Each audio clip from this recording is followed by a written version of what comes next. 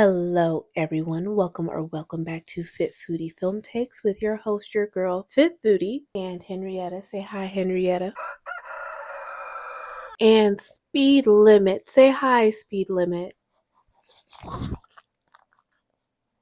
And today we're talking about 1987's Hellraiser. Now, I enjoy Hellraiser. It's different. It's what I like about Hellraiser because I've seen it a few times. I love Hellraiser because not only did the Cenobites have great costume designs, like hands down, especially for the 80s, they knew what they were doing. But I love how the majority of the story shows the horrific downfall of being a pick-me. And that's what we're going to talk about today. Because everything in this film could have been prevented and we could have had a nice little story if it wasn't for a married woman wanting to, you know what, I'm getting ahead of myself. So before we get started, make sure you grab a snack, grab a drink, grab your self-respect and self-worth as we get into the story of Hellraiser. Hellraiser is a 1987 British supernatural horror film written and directed by Clive Barker in his directorial debut. Based on Barker's 1986 novella, The Hellbound Heart, the film's plot concerns a mystical puzzle box that summons the Cenobites, a group of extra-dimensional sadomasochistic beings who cannot differentiate between pain and pleasure. It stars Andrew Robinson, Claire Higgins, Ashley Lawrence, and Dougie Bradley as the leader of the Cenobites. So again, my premise today is why it's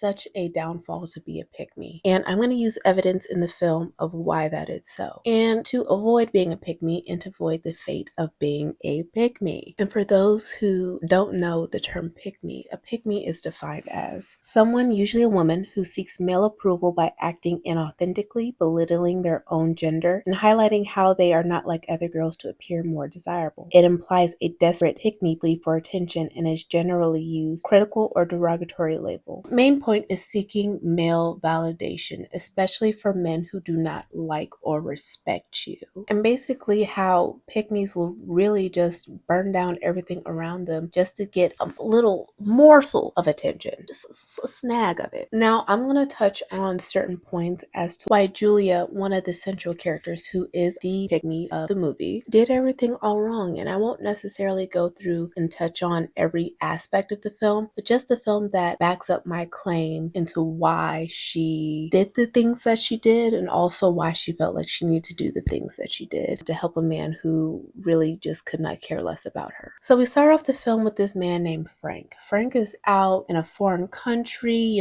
he is a passport bro, and he finds a box. And something that we need to learn as people, especially white people, because there ain't no way black people would be involved in stuff like this. Sometimes we don't need to know what's in the box. Oh, you with the box? Who's in the box? What's in the box? What's in the box? What's in the box? What's in the fucking box?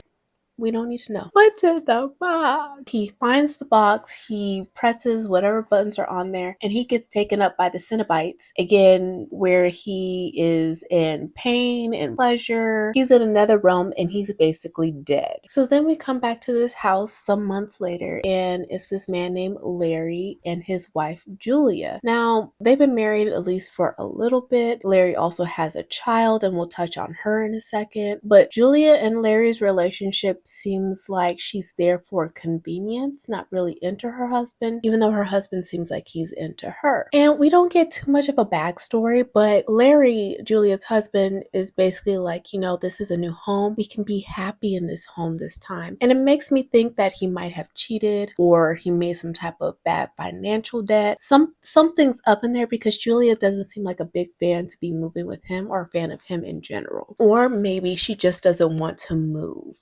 And then when Julia is touring the house, they go up to an attic, final resting place of Frank before he went off into whatever dimension he went to with the Cenobites. They basically discover his mattress on the floor, all these other nasty little things, and also trinkets of his time abroad. And so Larry couldn't care because, Larry and Frank, they're brothers. They're blood brothers, by the way. So Larry leaves. Julia's looking through his pictures and she's seeing all the times he had with different women. Again, he's a passport bro. We don't even know if those women consented at that time. Again, it is the 80s. And then she starts to reminisce, and boy, we get the backstory of her feelings for Frank. So Julia never really knew Frank at all. The first time she met him was the day before her marriage to Larry, again, Frank's brother, and he shows up in the pouring rain. And he's just being rude to her, like off the top. Doesn't even introduce himself, like, are you gonna let me in? Sir, who are you? And then he's like, oh, I'm Frank, the brother of your future husband. She lets him and he puts his moves on her, very aggressive, mind you. And just a side note, ladies, if a man is being very aggressive towards you, especially sexually, that's not a compliment. That man has no boundaries, and it's best that you run the other direction. But I'm sure she felt dominated. I'm sure she had some type of kinks herself that maybe Larry could not provide for her. I'm sure she didn't vocalize that to him, but anyway, he made her feel wanted, and he got her upstairs in her bedroom, pulled out a switchblade on her, again, red flag, and cut her dress off of her. And I guess that was just peak intimate feelings for her. Not only that, they sleep together on top of her wedding dress. She's getting married to Larry tomorrow, and she's sleeping with Frank tonight, a man she met literally not 10 minutes ago. And she was having a ball. To me personally, he didn't seem like he was doing all that, but I wasn't there. So you see her with the flashbacks, her in real time just fantasizing and longing, and just the lust is just consuming her. And then Frank, after they sleep together back in the past, her reminiscing, he's like, I can't do this. And ladies, you just gave it up. And then he starts complaining. That man don't want you. Mm-mm. He's not happy with you. And then she basically gets on her knees and pleads to this man, please, I'd do anything to keep you, anything that you want. But that's the thing, he up and left her, and she never saw him again. She saw him that one time, and that was it for her. She said that man will always live in her heart forever, and proceeded to marry her husband, his brother, Larry. So back in real time, Larry is trying to move things into the house. He cuts his hand while moving a big old mattress on a nail that was against the wall. So he runs upstairs to his wife because he is a crybaby. Maybe she shouldn't have been with either of those men. Maybe she just needed to pick better. And I hate to say that, I really do, but he seems like a wuss. But he's carrying his bloody hand into the attic, asking Julia to take care of it. And the blood drains into the floorboards of the attic, and it brings Frank back to life. And just a side note, Julia said he needed to get stitches, but he got Larry's daughter, who he had in a previous marriage. So she's stepmom, Julia's stepmom, technically. She had him drive her father to the hospital to get stitches, and Julia couldn't be bothered, even though that is now her husband. Later on that evening, there's a group of people in the house who are celebrating their move-in, and Julia again cannot be bothered. She excuses herself from the group dinner, and she goes back up to the attic where she discovers Frank back from the dead. And mind you, Frank is crawling on the floor, and the way I would have screamed, everyone would have came up. The secret would have been out. And when she tries to leave, he comes up to her and slams the door closed. And she's like, who are you? Who are you? Girl, kick him and get out. Get out of there. Leave. Flee. Be gone. And then after some time, he's like, it's me, Frank. It's really me. And I need your help. I need you to help heal me. The answer would have been no for me. Okay? Even not knowing what would have happened in the future. There ain't no way. And she said she didn't know what to do. She had to think about it. And so she left him in that attic. Later on that night, she's laying in bed with her husband, and she's thinking about the times they had together. And after a couple of hours, it might have been just one, honestly, she thinks about their brief little tryst, and she said, you know what? I'll help you. I'll do what needs to be done. And he's basically like, well, you need to go out and find more blood, more bodies for me, and get that done. And what does Miss Julia the pick-me do? She goes out and prostitutes herself at these bars to pick up these men, these desperate men who want to get some. And she brings them up to the attic. And she gets the first one up there. She seems nervous. She seems like she's confused about what to do. But she grabs a hammer and she starts and beats that man to death, so that Frank can consume him. And you see what a trash man can do to you? Can you see what a trash man can try to make you do? Murder. Murder. Don't be a pygmy. So Frank goes from super decrepit, ugly, just unsightly to a little bit more formed. He can walk now. He has some legs he can move with. And he's like, this is great. If you keep doing this, then I'll be more human. And then he's talking about how he wants to touch her and say, come to daddy. Come to who? Looking like what? Sir. Sir. Sir. Confused. Confusion. So finally Larry gets home to his house and he's calling out for Julia. Julia's like, I need to figure out what to do. So she picks up the corpse that she brought there that Frank drained his resources from and puts him in another room across the hallway. And then he tells her again, you need to get like 2 more, maybe 3 more bodies before the Cenobites realize that I had fled from whatever dimension that he's been in to kill him again. And she needs to do it like tomorrow, soon. Sir, you're half formed. You have no leg to stand on. You have no prospects. And you're going to give me demands? Never, ever involve yourself with a pick-me. Don't be a pick-me yourself, but don't involve yourself with a pick-me. And I'll go more in depth into why after we go through the facts. And Frank promises her, we will be together forever if you help me and you'll stay with me through this process. Lies. Because he had her when he was fully formed. And did he actually want to be with her? No. He got some and left. Like a little slut. Just like a little slut. So again, she goes out, brings another man up, kills him. And you see how she's hardening up over time and, obsessing over this partially formed man. And she's pleased with herself. She has convinced herself in her delusions, because she's unhappy in her life, that this is what she needs to run off with a half-formed man, or when it becomes fully formed, whatever that looks like. She's walking on a dream. That same evening, when Larry tried to be intimate with his wife, Julia, Frank comes out with a rat and his switchblade to try to threaten her. So not only can he not be with her because he's partially formed, but he doesn't want her to be sleeping around with her husband. So yeah, he's controlling. Trash man. Trash. Garbage. So then Julia brings another woman up to the house. This time, Christy, that is Larry's daughter from a previous marriage, catches Julia at the house doing this. So she's thinking that Julia is just cheating, when actually it's far worse. But Frank kills this one. Frank is able to take this one out. And when Christy goes upstairs to see what's going on, because she hears some noises, the man that's being killed off by Frank comes out of the room, scares her half to death. Then Frank comes out, tries to finish the job, and he sees Chrissy and he starts being really close to her, giving incestual, non-consensual vibes. Not good stuff. To Chrissy, his niece. Then she grabs a little Cenobite box and she throws it outside. She runs outside, grabs it, and leaves. And of course, Frank is upset because he feels like he needs that box. He's still obsessed with that box. But now Chrissy have it and he needs to figure out what to do. So at this time, Chrissy came to the attic. She came and left. Now Larry is coming home. And Julia is like, you know what? Come upstairs with me. Come into the attic. Because even though Frank had this third body or whatever, he's still not fully put together. Men will just take and take and take and never be where they need to be.